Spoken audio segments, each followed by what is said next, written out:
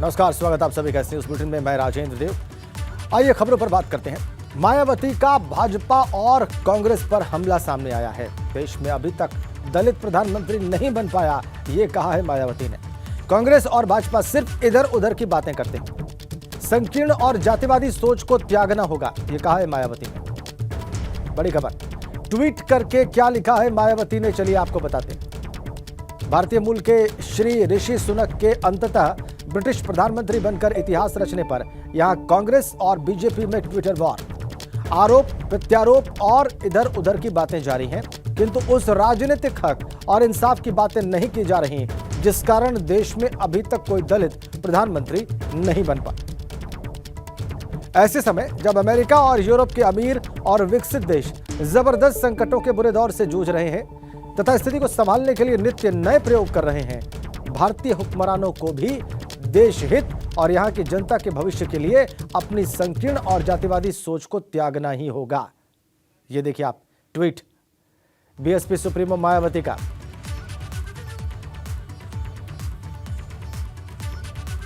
Congress BJP में Twitter war, राजनीतिक हक और इंसाफ की बातें नहीं हो रही हैं, ये आरोप उनका। इस कारण देश में अभी तक कोई दलित प्रधानमंत्री नहीं बन पाया है। भारतीय मूल के श्री ऋषि सुनकर के अंततः ब्रिटिश प्रधानमंत्री बनकर इतिहास रचने पर यहां कांग्रेस और बीजेपी में ट्विटर वार, आरोप प्रत्यारोप।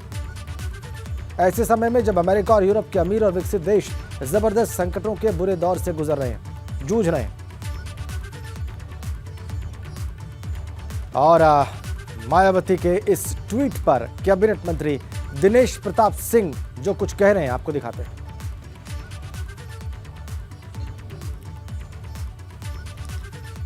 मैं पहले तो ऋषि सुनक जी का विषय आया इसलिए उनको बधाई देता हूं कि इतने बड़े देश के सर्वे सर्वा बनने पर उत्तर प्रदेश की ओर से मैं उन्हें शुभकामनाएं देता हूं।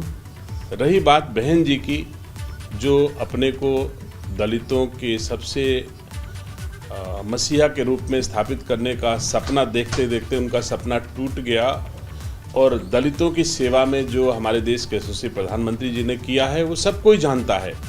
देश में प्रधानमंत्री किसको देना चाहिए था, कौन देश के प्रधानमंत्री बनाने लायक पहले हुआ करते थे, लेकिन जब से देश में बड़े पदों पर बनाने लायक भारतीय जनता पार्टी हुई, हमारे देश के यशस्वी प्रधानमंत्री जी हुए, तब से मैं देख रहा हूं कि दलितों की भागीदारी और दलितों का सम्मान इस स्तर का है जो शायद इससे पहले कभी नहीं हुआ।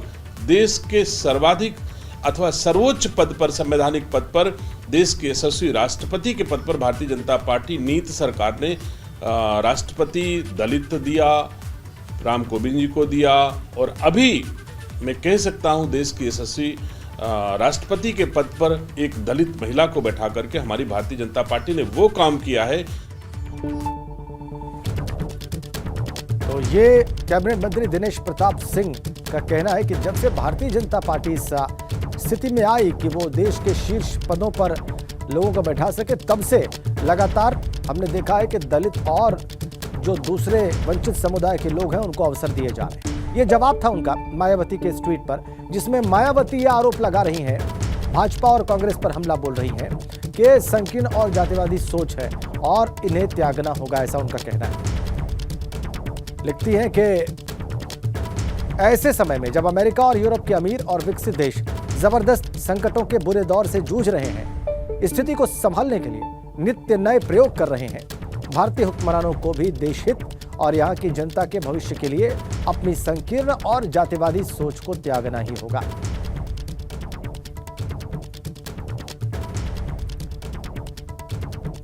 कांग्रेस और भाजपा सिर्फ इधर उधर की बातें करते हैं, यह उनका कहना है। मायावती का यह ट्वीट ऋषि सुनक के प्रधानमंत्री ब्रिटेन का बनने के बाद ये एक ताजा राजनीतिक बहस को जन्म देगा। अनुभव शुक्ला हमारे सहयोगी इस वक्त हमारे साथ जुड़ गए हैं और वो उस पर और ज्यादा हमें जानकारियां देंगे। अनुभव, ये जो बात कही है मायावती ने, ये जो पिछले दिनों उनका एक हमने देखा है पुनः एक सक्रियता है राजनीतिक जगत में, खासकर दलित और मुस्लिम गठजोड़ बनाने की, उसी दिशा में किया गया एक बड़ा प्रयास जान पड़ता है। देखिए, आपने बिल्कुल ठीक कहा। सबसे महत्वपूर्ण तो ये है कि मायावती कितनी एक्टिव हो गई हैं, इसको आप देखिए। इमरान मसूद ने पार्टी ज्वाइन की, उसके बाद से आप देखिए किस तरीके से मुस्लिम समाज को अपने साथ लाने के लिए मायावती लगातार ट्वीट के जरिए संदेश दे रही हैं। अब कल की अगर आप बात कर लीजिए, मदरसों पर जिस तरीके से सरकार सर्वे करा रही है, उसको लेकर मायावती ने ट्वीट किया, सरकार पर निशाना साधा। क्यों? क्योंकि कहीं ना कहीं एक मैसेज जाए अल्पसंख्यक समुदाय में, मुस्लिम समाज में, कि बीएसपी लगातार मुस्लिमों के हक हुकूक की बात कर रही है। और कहीं ना कहीं उस ट्वीट में, उससे पहले आपको याद होगा एक ट्वीट और किया था बीएसपी सुप्रीमो ने, उसमें कहा था कि बीजेपी और समाजवादी पार्टी जिस तरीके से कोशिश कर रहे हैं वो कोशिश सफल नहीं होगी। अगर मुस्लिम समाज को कोई भी उनका हक दिला सकता है तो वो केवल और बीएसपी है। तो उसी पर अब मायावती लगातार आगे बढ़ रही है। इसके पीछे राजन वजह क्या है? देखिए, वजह है जो निकाय के चुनाव होंगे उत्तर प्रदेश में इस साल के अंत में। बीएसपी सभी नगर निगम की जो 17 हम कहें नगर निगम है उत्तर प्रदेश में, वहां पर तो मेयर के चुनाव लड़ाएगी, साथ ही साथ नगर पालिका, नगर पंचायतों में भी अपने उम्मीदवार उतारेगी। और इसीलिए 22 तारीख को बीएसपी सुप्रीमो ने यहाँ बैठक की थी पार्टी कार्यालय पर। उसमें बहुत सारे निर्णय थे, खासतौर से ये भी कहा गया कि आप सबको जोड़िए, अल्पसंख्यक समुदाय को फिर से एक बार कोशिश करिए कि साथ आए। और आज जो ट्वीट किया है ऋषि सुनक के बहाने, कहीं न कहीं जो कोर वोट बैंक माना जाता है बीएसपी का, दलित वोट बैंक, उसको साथ रखा जाए। वो जिस तरीके से हमने देखा 14, 19, 17, 22 में ये छिटक गया बीएसपी से, दलित वोट बैंक जो माना जाता था वो कहीं ना कहीं बीएसपी से दूर होता चला गया, बीजेपी के साथ चला गया।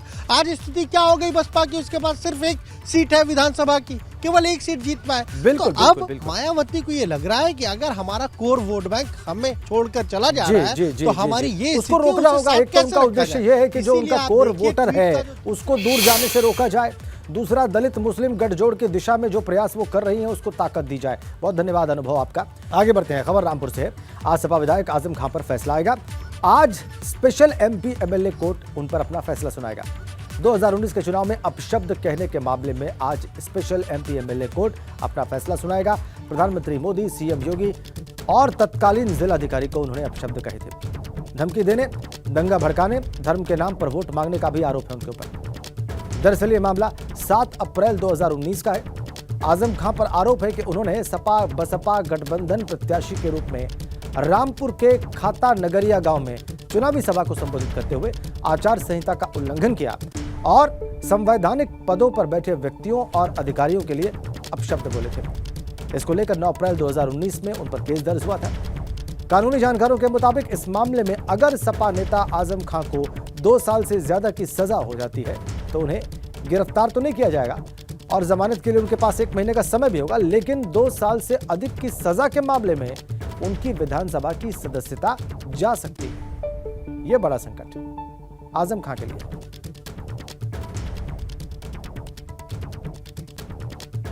आज फैसला आ जाएगा स्पेशल एमपी एमएलए कोर्ट का।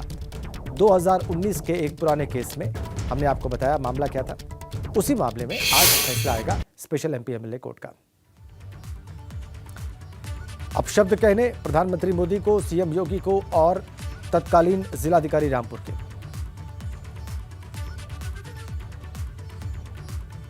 तो ये एक महत्वपूर्ण दिन आज एमएलए आजम खां के लिए।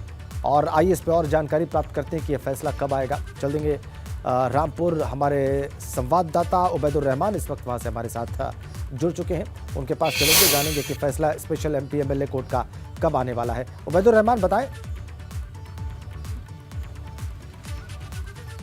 राजेंद्र, मैं इस वक्त आजम खान के घर के बाहर हूं और आप देख सकते हैं कि उनके सुरक्षा कर्मी जो हैं वो बिल्कुल तैयार बैठे हुए हैं और गाड़ी भी उनकी लग चुकी है। और ये मोहम्मद आजम खान का मकान है। इसके अंदर अभी जो है उनके कुछ करीबी लोग जो हैं वो आ चुके हैं, जैसे मुरादाबाद के बिलारी से विधायक हैं मोहम्मद फ़हीम, वो आ चुके हैं, मनबीर सिंह चिकारा आ चुके हैं और उनके मुकदमों की जो पैरोकारी कर रहे हैं वो करीबी लोग आ चुके हैं। और थोड़ी ही देर में मोहम्मद आजम खान, अब्दुल्ला आजम और उनके करीबी लोग यहाँ से निकलने वाले हैं और रामपुर की स्पेशल एमपी एमएलए कोर्ट पहुँचेंगे, क्योंकि कोर्ट का जब फैसला सुनाया जाएगा तो उस वक्त आजम खान अदालत में मौजूद रहेंगे।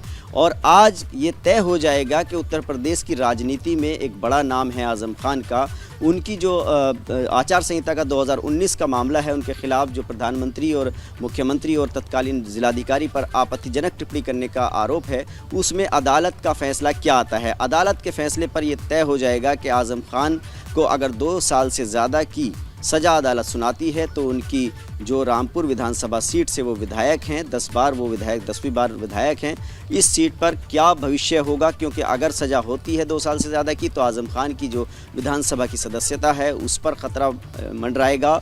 हालांकि आज़म खान के पास इस मामले में जो 3 धाराएं हैं, इनमें अगर सज़ा हो भी जाती है तो आज़म खान 1 महीने के अंदर अपनी ज़मानत करा सकते हैं। लेकिन सबसे बड़ा सवाल ये होगा कि ये जो रामपुर की राजनीति है वो बदल जाएगी अगर सज़ा होती है, और सज़ा नहीं होती है तो आज़म खान के लिए बहुत बड़ा दिन है राहत का, अगर उनको राहत मिल जाती है कोर्ट से। ठीक है जी राजेंद्र, आप उबैदुर रहमान नजर बना के रखिए। इधर भारतीय करेंसी पर फोटो को लेकर शुरू सियासत अब थमने का नाम नहीं ले रही है। पहले केजरीवाल, उसके बाद आकाश आनंद के बयान के बाद अब सियासी प्रतिक्रियाओं का दौर शुरू हो चुका है। भाजपा सांसद सत्यदेव पचौरी ने कहा कि केजरीवाल की हिंदुत्व का चेहरा बनने की सियासत बिल्कुल बेकार की कोशिश है। वहीं सपा विधायक अमिताभ वाजपेयी का कहना है कि नोटों पर किसी की भी फोटो हो, व्यवस्था ऐसी बनाई जाए कि सभी की जेब में नोट होने चाहिए। ये राजनीतिक प्रतिक्रियाएं अरविंद केजरीवाल के इस बयान पर, जिसमें वो कहते हैं कि गांधी जी की तस्वीर तो नोट पर ठीक है, लेकिन भगवान गणेश और देवी लक्ष्मी की तस्वीर भी लगाई जानी चाहिए। इस पर प्रतिक्रियाएं जो देश में आ रही हैं, उसी क्रम में ये 2 ताज़ा प्रतिक्रियाएं। अमिताभ वाजपेयी सपा विधायक हैं और भाजपा सांसद सत्यदेव पचौरी का भी कहना सामने आ चुका है। केजरीवाल तो ये कहने लगेंगे सारा संविधान ही बदल दो, उनके कहने से संविधान नहीं बदला जाएगा। आज जिस प्रकार की वो हास्यास्पद बात कर रहे हैं तो जनता हंस रही है कि अब गणेश लक्ष्मी को कागज पे छपवाओगे। सोचते हैं शायद जनता इससे प्रभावित हो जाए कि मैं हिंदुत्व का चेहरा बन जाए हम। और महात्मा गांधी जी भी महापुरुष थे। अब किसी दूसरे महापुरुष का अगर महिमा मंडन करेंगे तो किसी और का वो अपमानित करें, ऐसा उचित नहीं है। मेरी तो मांग ये है कि कम से कम ऐसी व्यवस्था हो कि हर व्यक्ति की जेब में पर्याप्त नोट तो हो। आज लोगों की जेबें खाली हैं, लोगों की जेब में नोट नहीं है, और नोट में फोटो किसकी हो, इस पर सियासत हो रही है।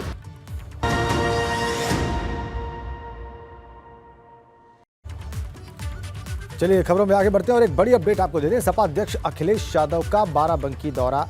पूर्व कैबिनेट मंत्री अरविंद कुमार सिंह गोप के घर जाएंगे अखिलेश यादव, और अरविंद कुमार सिंह गोप के बड़े भाई का जो निधन हुआ है हार्ट अटैक से मंगलवार रात को, तो वहां परिवार को जाकर सांत्वना देंगे सपा प्रमुख अखिलेश यादव।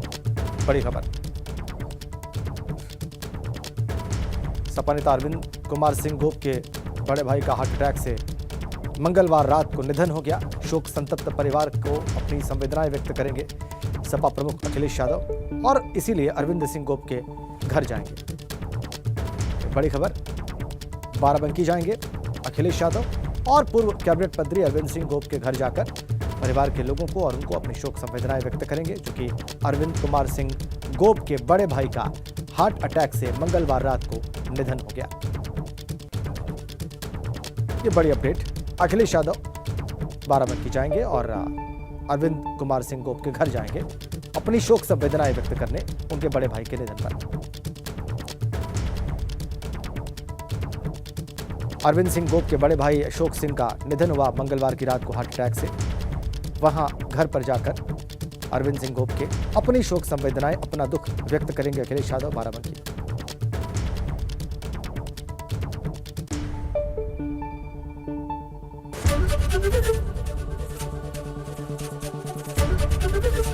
एबीपी गंगा, खबर आपकी, जुबान आपकी।